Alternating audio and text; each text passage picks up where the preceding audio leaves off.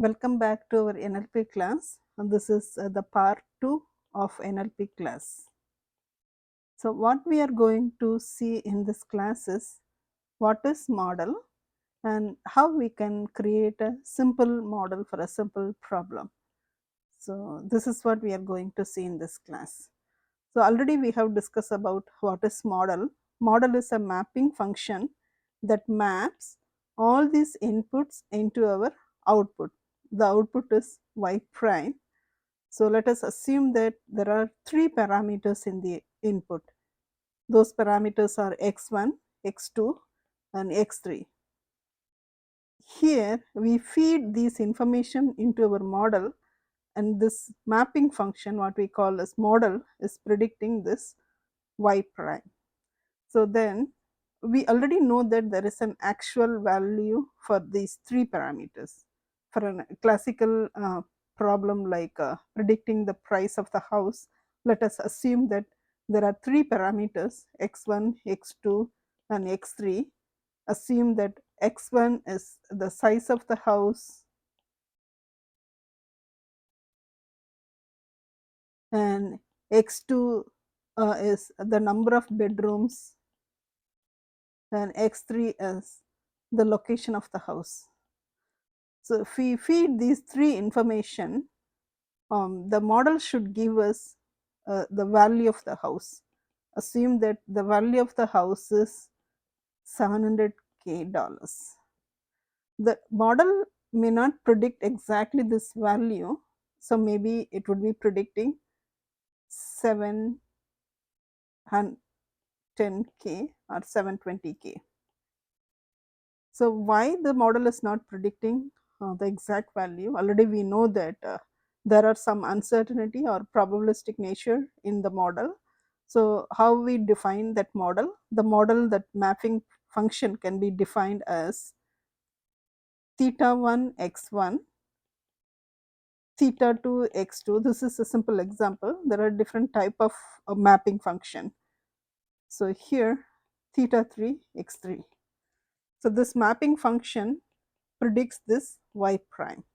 So, the difference in price is because of the selection of theta 1, theta 2 and theta 3. So, here our objective is to in the entire modeling exercise, what we are trying to do is, we know what the model is and we know the functional form of the model. Here we want to know these parameters theta 1, theta 2, theta 3. So, the modeling exercise involves the prediction of this theta vector theta 1, theta 2 and theta 3. So, we need all these information, the parameter theta and the input vector x1, x2, x3.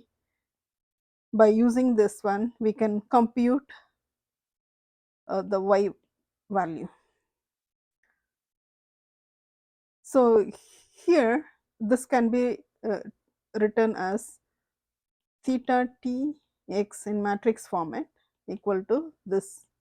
This is our mapping function f of theta of x, or we can call this as a hypothesis function. So, our entire modeling exercise involves in defining this hypothesis function, including defining this theta values. So, how we can define this theta values? So, there are different ways. One is so we have seen just an logistic regression model.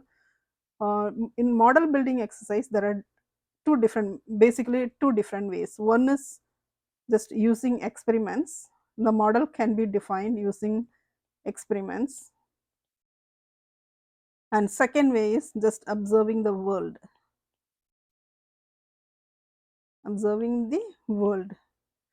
So, is there any example for using the experiment? Yes, the classical example is tossing a coin.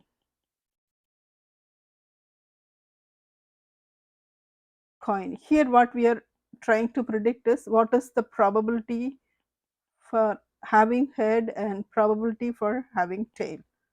So, here we know that this model is, the probability values are 0.5 and 0.5. So, here the model is just having this probability value. So, by knowing this probability value, we can predict in future what is going to be in our prediction. So these type of examples are um, building a model using experiments. For a given this predicting the house price or predicting the weather, how we can conduct an experiments? Can we conduct experiments and come up with that model? So in tossing a coins, if we toss a coins maybe 1 million time, we can observe what is the results of the experiment and then come up with the results. But here in, for example, in weather prediction model,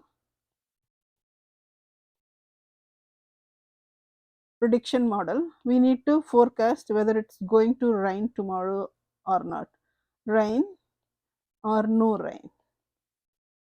So is it possible to conduct experiment to predict rain or no rain? It's very impossible, very difficult. So what we can do is just look at the past, observe the world. If I want to predict the weather, maybe in a New York City, then what I would do is I would just look at all the historical weather information. So each weather information is my data element. So I'd be looking at maybe around last 2 years of historical information. Maybe let us assume that there are 2000 historical records which has x1, x2 and x3, and also the y value, whether it was raining or there were no rain, y1, y2 up to, let's assume that there are m examples and ym. So by using all these data, so now this data is going to help me to come up with this my mapping function f of theta x. Using this data, I am going to uh, find out the value of theta such that the predicted values here, these are the actual y's, and my predicted values are y1 prime, y2 prime up to ym prime.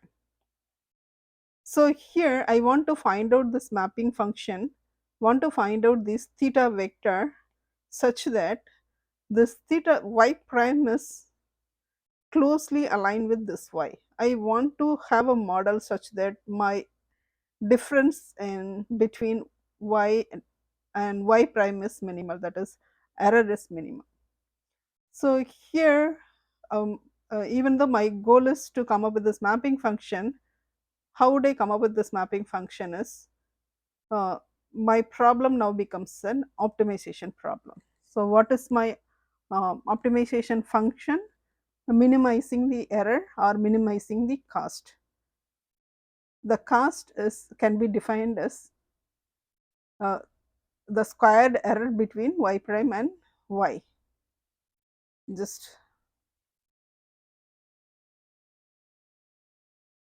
minimizing the square error,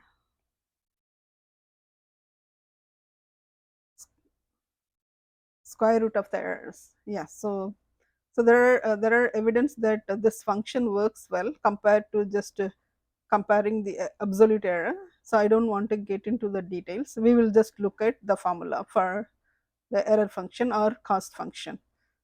So I want to minimize this total error for all the observation 1 to m. So now my problem becomes an optimization problem. I want to choose this theta vector, theta, that is theta 1, theta 2 and theta 3, such that the error is minimum. So how would I do that? How would I minimize this function? So this is where my optimization problem comes in, that there is an algorithm called a gradient descent algorithm. The algorithm that I use to minimize this function is gradient descent algorithm.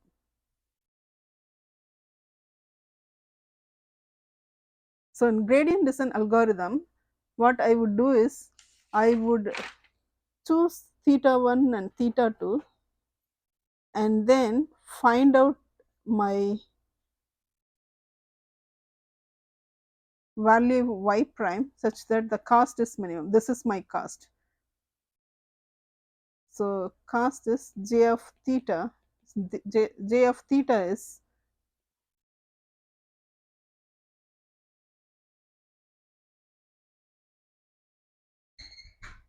so here in this map, just assume that, let's look at this contour plot. The contour plot has theta 1, look at the two dimensional view. So, uh, we can reduce this x1, x2, x3 as just x1 and x2. It's easy to visualize using 2D plots. So, assume that my problem has only theta 1 and theta 2. The input matrix has only x1 and x2, and I want to predict y prime. So, for given theta 1 and theta 2, I can compute this cost function j of theta. So, let me assume that this is contours of theta 1 and theta 2.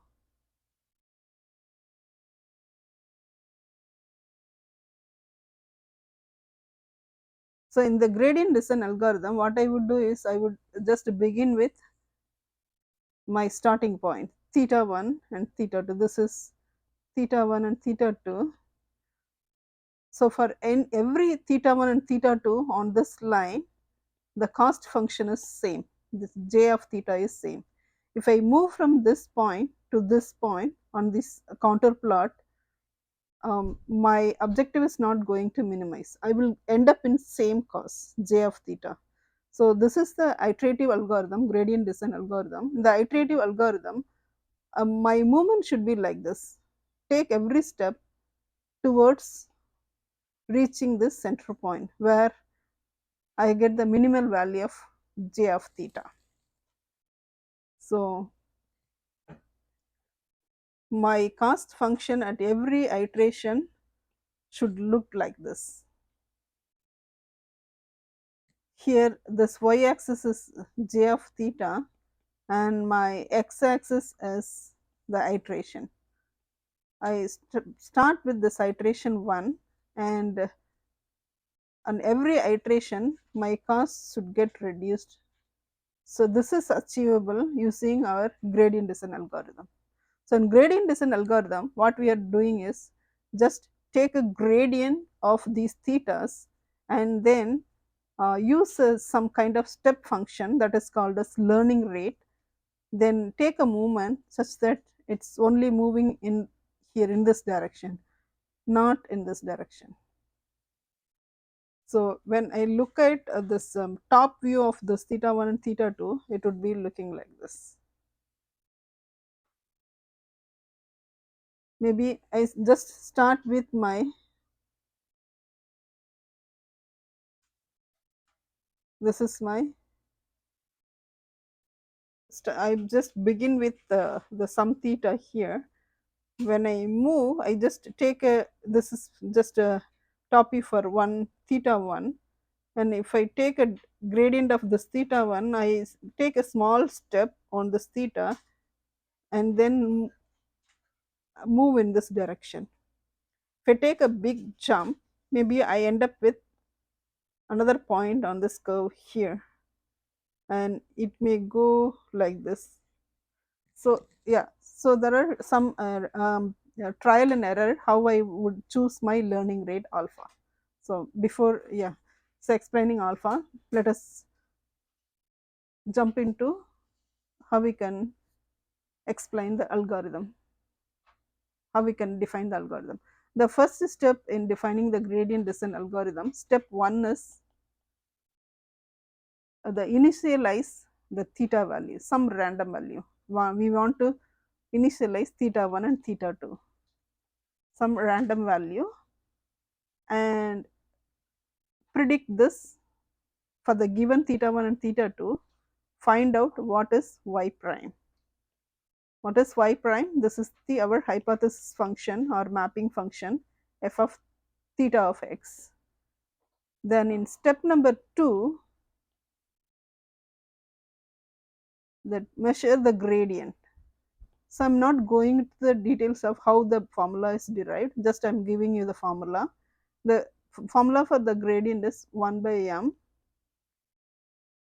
x t x transpose y prime minus y.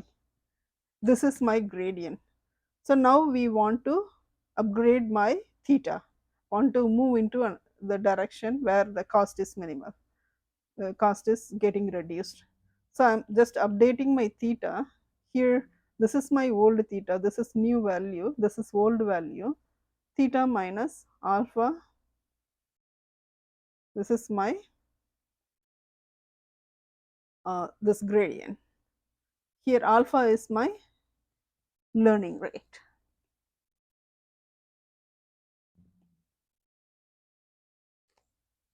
So now the next step is step number 3. In step 3, I'm computing my cost function. What is my cost function? This error function. How would I calculate? 1 by m square root of whole square. So I'm computing this cost function and so just comparing the cost function with the previous iteration and see if the cost is getting reduced. This is my cost function, this is my iterations.